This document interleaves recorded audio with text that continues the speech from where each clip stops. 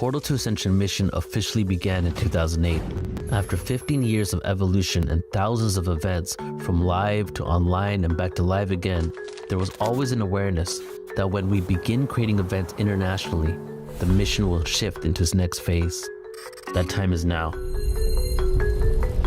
Portal to Ascension is traveling to Glastonbury in August 2023 to fulfill this mission. This gathering of incredible luminaries traveling from all over the world to join forces in Avalon is a sacred pilgrimage to these ancient lands, and we invite you to embark on this quest with us. The Portal to Ascension Glastonbury is not only a conference, it is a retreat, a tour, and grid work. Together we are connecting the powerful mysteries and the ley lines of the heart of Earth, activating and uniting together as one. This 3-day event will feature Laura Eisenhower, Anton Parks, Geraldine Orozco, Vivienne Chauvet, Sage Oneness, Lori Spagnan, and many more. Your MCs are Neil Gore, Alan Steinfeld, and Joan of Angels. As a collective, we are waking up from a deep slumber, aligning to our true potential. What will we create? What will we envision? What are the possibilities? Join us in this ancient land for a unique opportunity and a gathering that will activate, elevate, inspire, and uplevel all that attend. August 11th to 13th, 2023. Sign up now at ascensionglastonbury.com.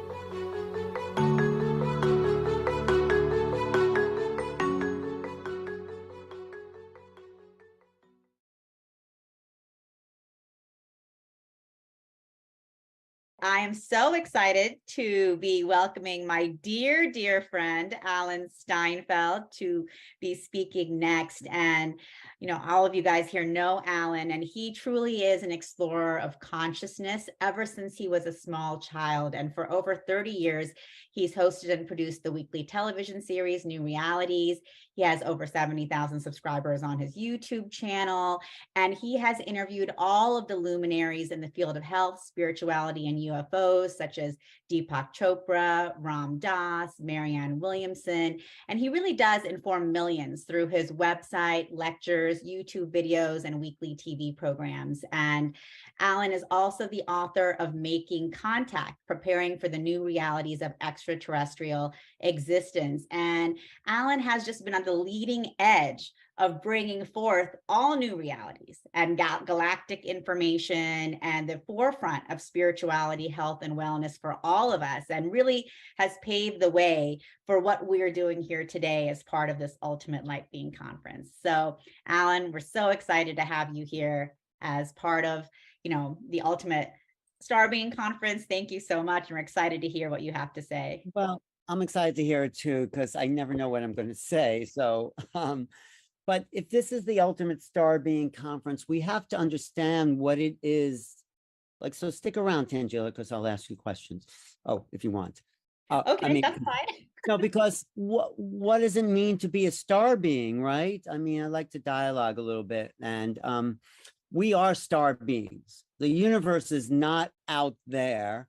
It's right here. So how do we understand who we are? I think this is why the spirituality and the whole ET star being issue is so intertwined, because we are star beings. We are made of stardust. I love that Joni Mitchell song where she says, we are gold and we are stardust. Because what is the nature? Why did we incarnate here? I think I talked about this the other day. Why do you think we're here, Tangela? Tell me. Why do you think? Yeah. Well, we're here, you know, from my perspective, we are conscious, you know, we are frequencies. We're frequencies of consciousness, and we are here experiencing the human form in all of its density of that it is. And we're also here evolving the human form from the density with which we have, from which we have come into higher and higher levels of consciousness. And we're doing this simultaneously across all of the interdimensional and multidimensional realms. You know, so when we're speaking about our galactic selves, it is so far beyond the linear way we described it, you know, in terms of our past lives, present lives. It's all simultaneously occurring. And we have this, basically this cosmic soup of who we are. shifting and learning and developing. And one of those, one of the elements of that is our human form, where we are here to ascend together.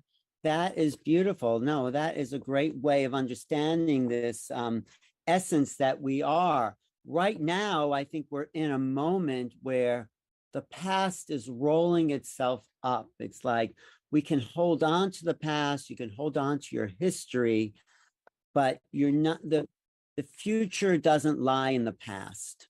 It lies beyond what we have known. So to be the star beings that we are, we have to open our minds to the impossible, the unlikely, the something beyond imagination.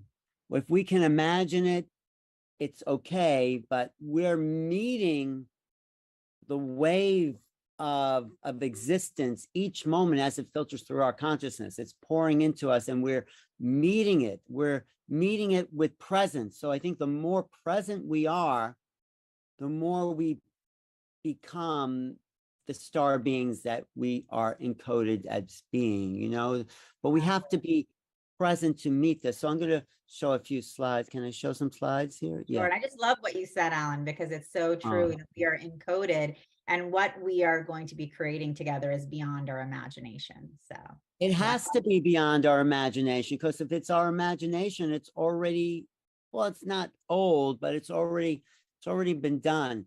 Something unknown is being filtered into our consciousness. This is why I love talking to Raquel Springs, because she is bringing not exactly what's coming, but a kind of map to measure the moment of existence as our relationship to the stars. So do you see this on your screen here? Yeah.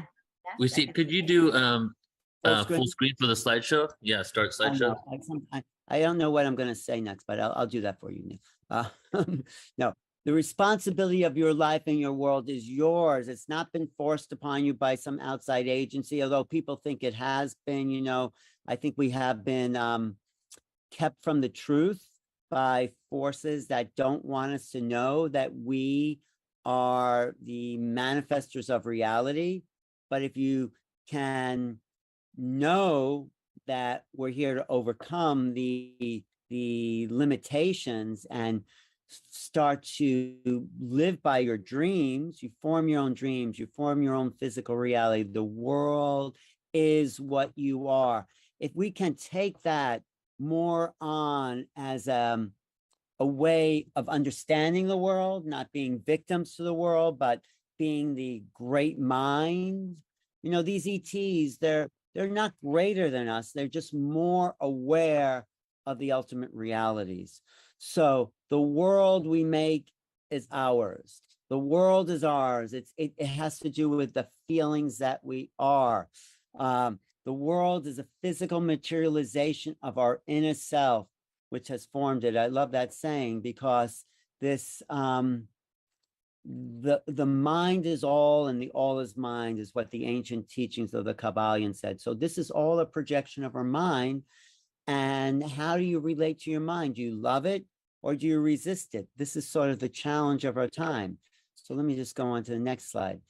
Now, what's important about time, space, and gravity is that density creates gravitational waves. The power of consciousness, it can distort our time-space continuum. So thoughts are things. They actually are things.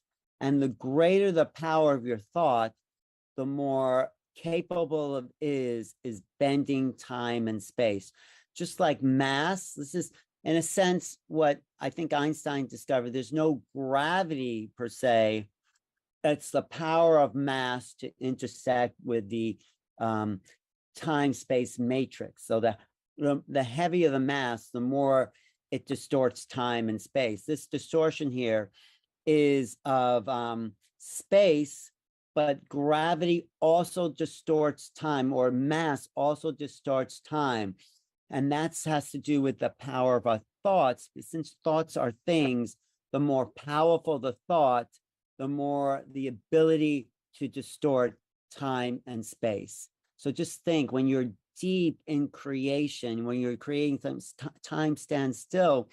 That's not an illusion. That's not a something you imagine. Time is a fabrication of the intensity of the mind. And this is what makes some of those ETs different than us, because they know that. It's not just that it's all consciousness. Consciousness is able to be manipulated by, I want to say mental capacity. It's more than mental capacity. It's the application of consciousness. It's like these huge systems of time space, like galaxies. There is a distortion that happens in the field, but we are just as powerful. We are capable of creating our own galactic field.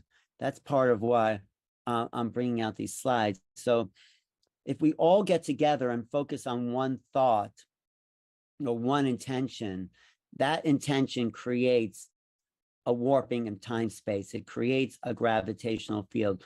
We've been so at odds with each other that we haven't had a chance to unify our star beingness and focus on creating the time space continuum that we want to live by. So that's a big part of understanding the power of who we are. So I talk about this way of cognizing the world. So that's an old lecture, but I'm going to talk about some of this. So there's the cosmos and the chaos. So we come into this world and it's chaos. There's nothing we can understand. We are taught to distinguish reality. We're taught to distinguish things. We're taught words, and words then define the world around us. And if we didn't have those words as distinction, it would be chaos, but it wouldn't be unknown. There's ways of perceiving in the chaos if you come to center. So you can be both in the cosmos, which means order, and you can be in the chaos, which means you're moving in the flow of the unknown. The unknown is it's chaos, but it's not chaotic. There's a structure to the unknown as we surf time and space. So it also has to do with apprehension and comprehension. When you comprehend something, you collapse the wave function. You collapse it into form and you say, I know what this is. When you apprehend something, everything is fluid. Everything is turning into something else. And this is what the time of the sixth sun is all about, as Neil talks about the sixth sun.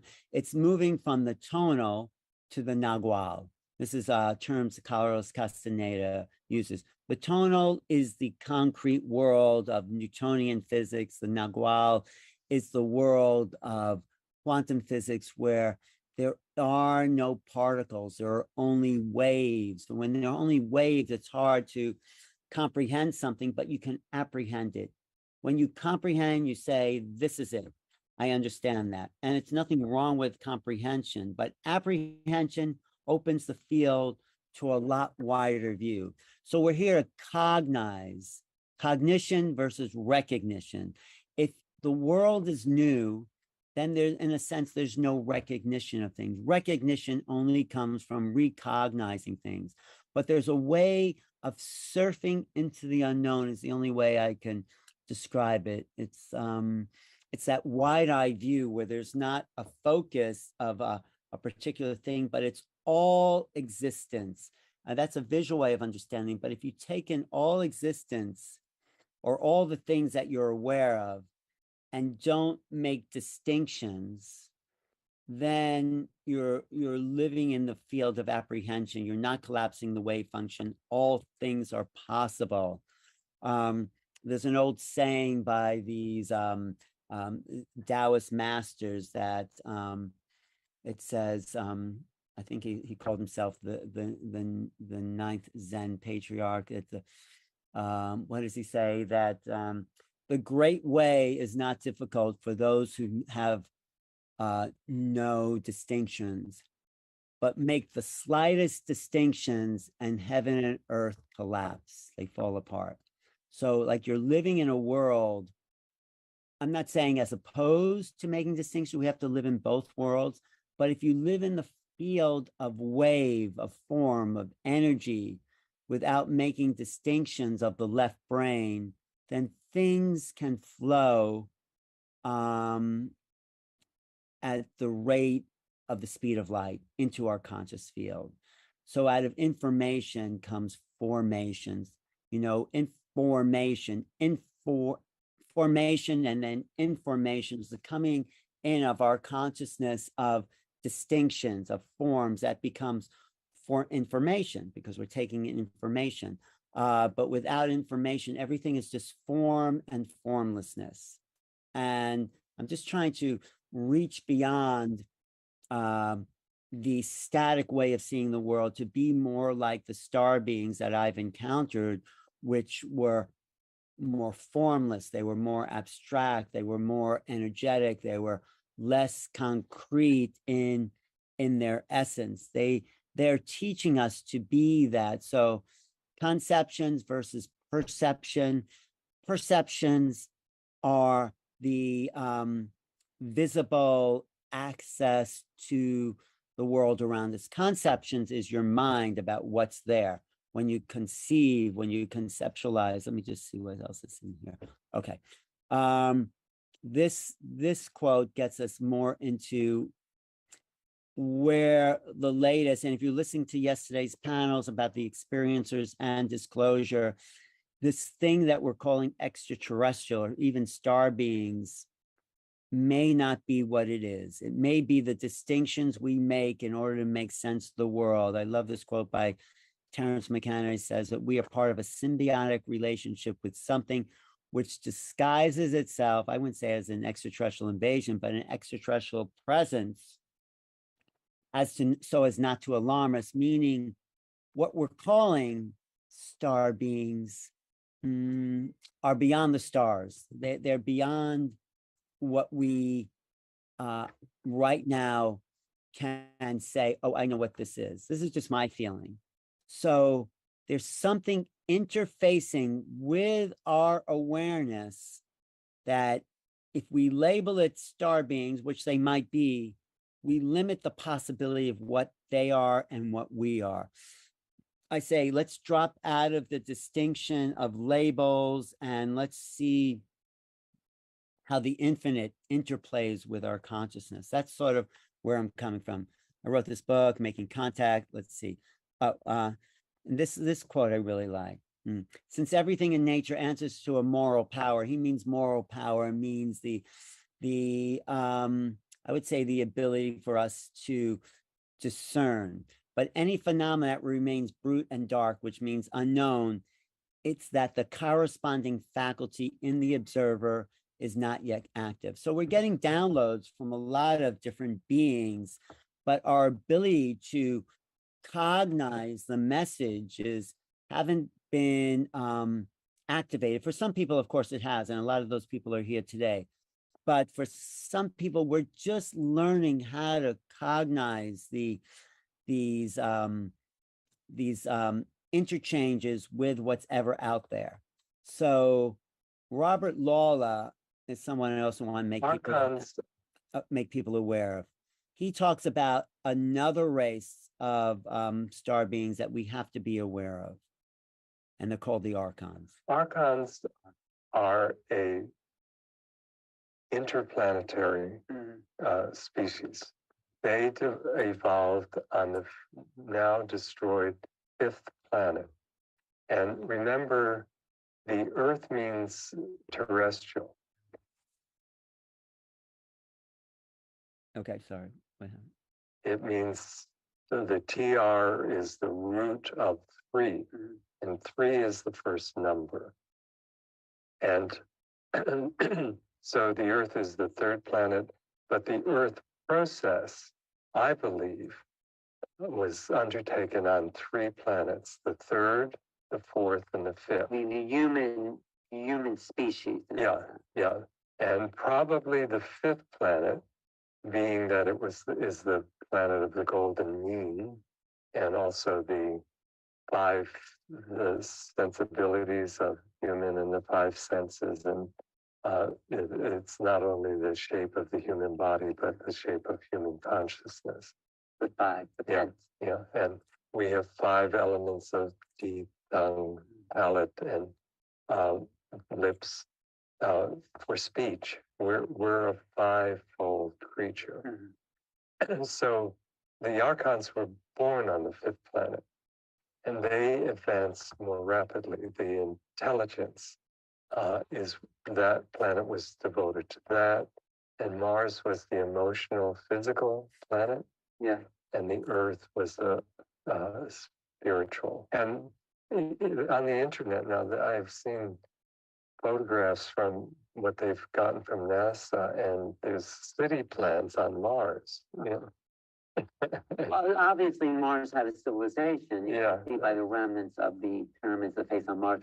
But the Archons, what happened with them? They developed their technology, the development of the intelligence was so great that they made technologies that destroyed their planet.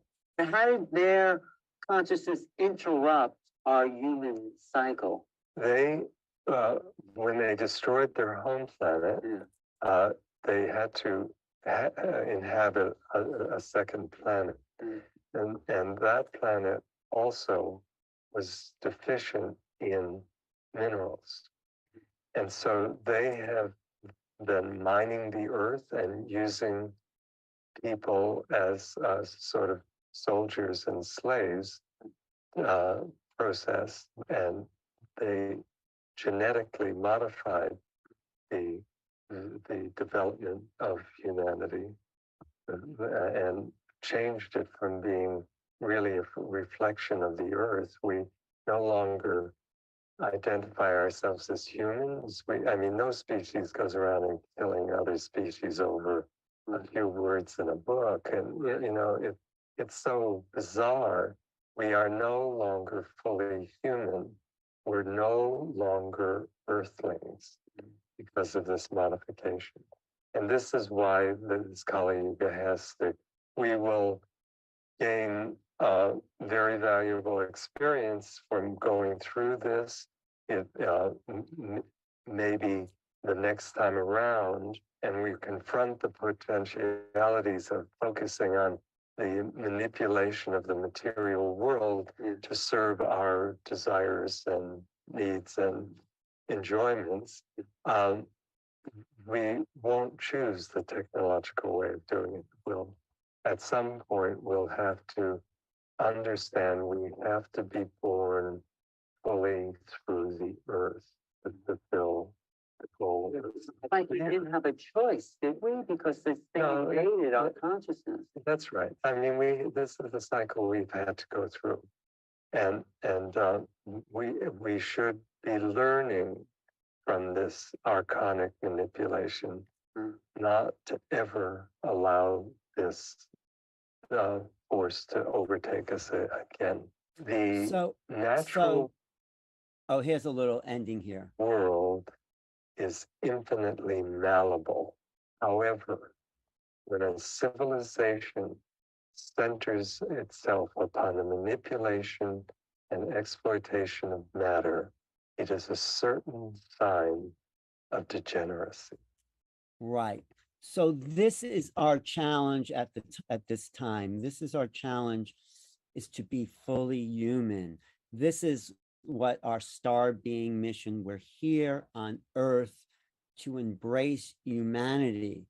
That is our abilities, which makes us human, to feel, to love, to send out healing energies. It's not about the manipulation of the physical world as much as living in the center of who we are. We're here to be terrestrials in a way. Of course, we're star beings, but we've come on this mission to embody our earth beingness. And that's the key, I feel, to our awakening as star beings. We're never going to awaken as star beings until we become earth beings. The earth beings are the feeling, loving beings that are looked to by the cosmos.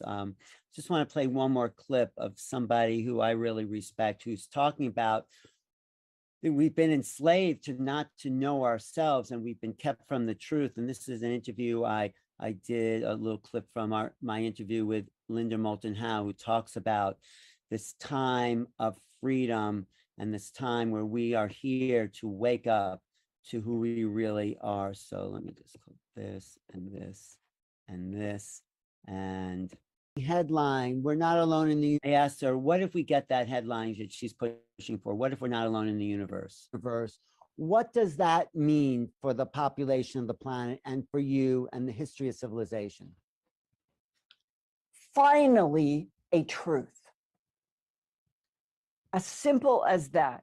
If you look back 5,000 years or 12,000 to Göbekli Tepe, and you look at the history of this planet, is demonstrably one in which Homo sapiens sapiens is abused. Because from my point of view, if you are a civilization that evolves for 12,000 years, and you are always under the thumb of another intelligence that manipulates you, and that humans are never, ever talked to, communicated honestly, then we are today in the 21st century, 12,000 years later. We are an abused species. Okay.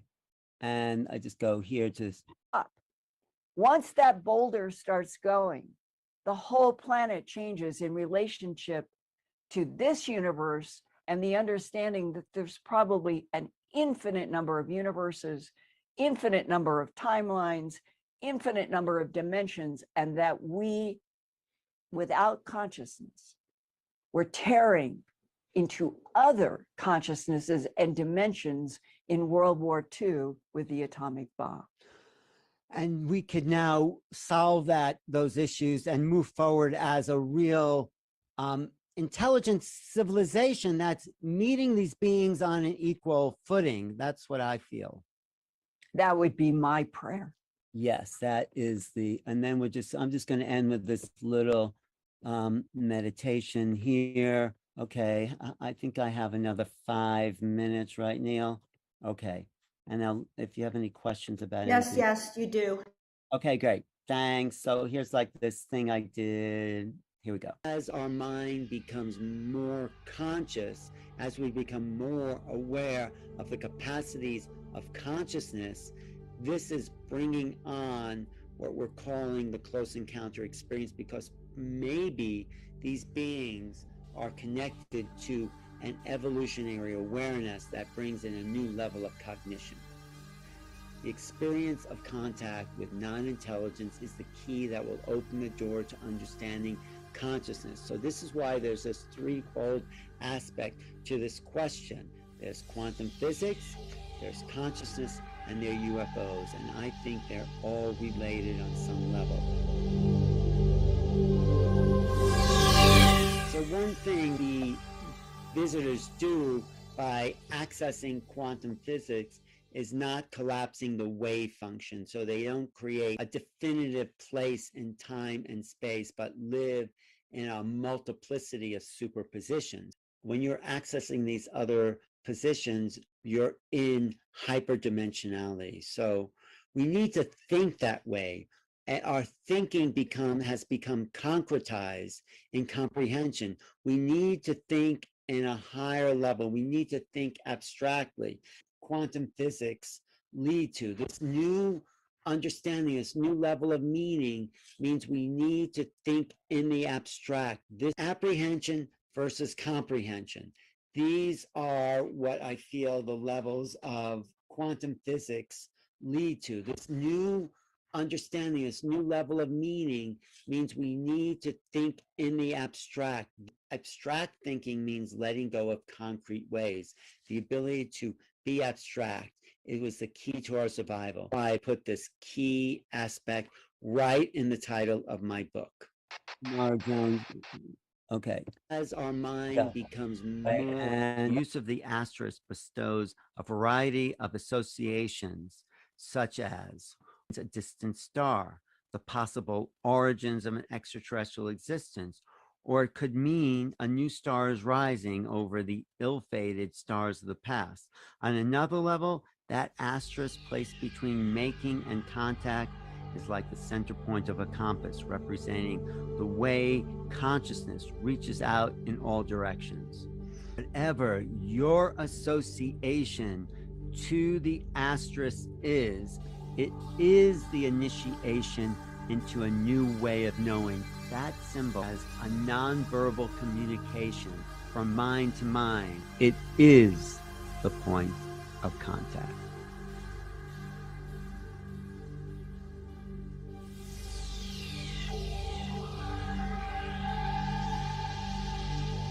Perhaps we'll realize one day that who and what we are making contact with is ourselves. So getting back to that. So this, if you see the title of this book, Making Asterisk Contact, that asterisk, which actually means little star, is the summation of that whole book. That star, whatever, because the world is symbolic. The world is made of symbols. Even words are symbols, sounds are symbols. So if we understand, or not even understand, I'm not talking about not understanding. I'm just saying understanding is part of it. Feeling is the other part of it. We need to be whole brain. Symbols talk to our higher intellect. So symbolic thinking, the world around, people in your lives, you know, they're symbols to the emotional body and to the soul, because the soul is here to understand the nature of reality by having experience, and it's experience that is then owned by the soul, which starts the wave of ascension. When you can own, when I say you complete a certain level of experience, that is found as wisdom in the soul. Your soul owns that human realm, that part, and when you can look at it all, I said this the other day, and be at peace with all of it, then there's a biophotonic resonance that happens within the DNA that starts to accelerate the physical body, so you can bring in more of reality. I think Sandra Walter will talk a little bit more about that. But so, Joan, does that understandable? That was just brilliant. Every time I hear you speak about this, you know, Linda, was what I was really thinking was, it's the extraterrestrials that actually know the history of planet Earth. They are about the only record or beings that actually have seen the entire history of our planet, and even them are kept from us. Well, that's why they're only going to tell us when we can reach a level where we can talk to them. If we keep, dividing ourselves, making war, shutting off parts of our mind, being obsessed with materiality, there's nothing wrong with materiality, but if that's your obsession, then that keeps you from knowing the greater mind. We're material beings, and it's great to be material, physical, but we are at the threshold, Joan, of this new way of being, this new sense, right? No, we are. It's just not us perceiving the ETs. We actually are incorporating them within our body and in our consciousness. And we have far more information, I think, than the governments in the world that are looking at it from that particular point of view. So thank you so much for all you do, Alan. You are so appreciated on this planet. I know we always love on our speakers, and I just want to love on you. You bring such sophistication. That's You just good. bring everything juicy to the table. Oh, thank you. Well, in trying to understand something that I think hasn't been understood in this way we're evolving into, we need to use our minds and consciousness in new ways, and we have to undo the conditioning of our limitations that have been so imposed upon us, right? Right, we're breaking out of a mold of what we were supposed to be like as complacent humans, and we're opening up our consciousness and waking up to our our galactic selves. Very brilliant, and I appreciate you so much.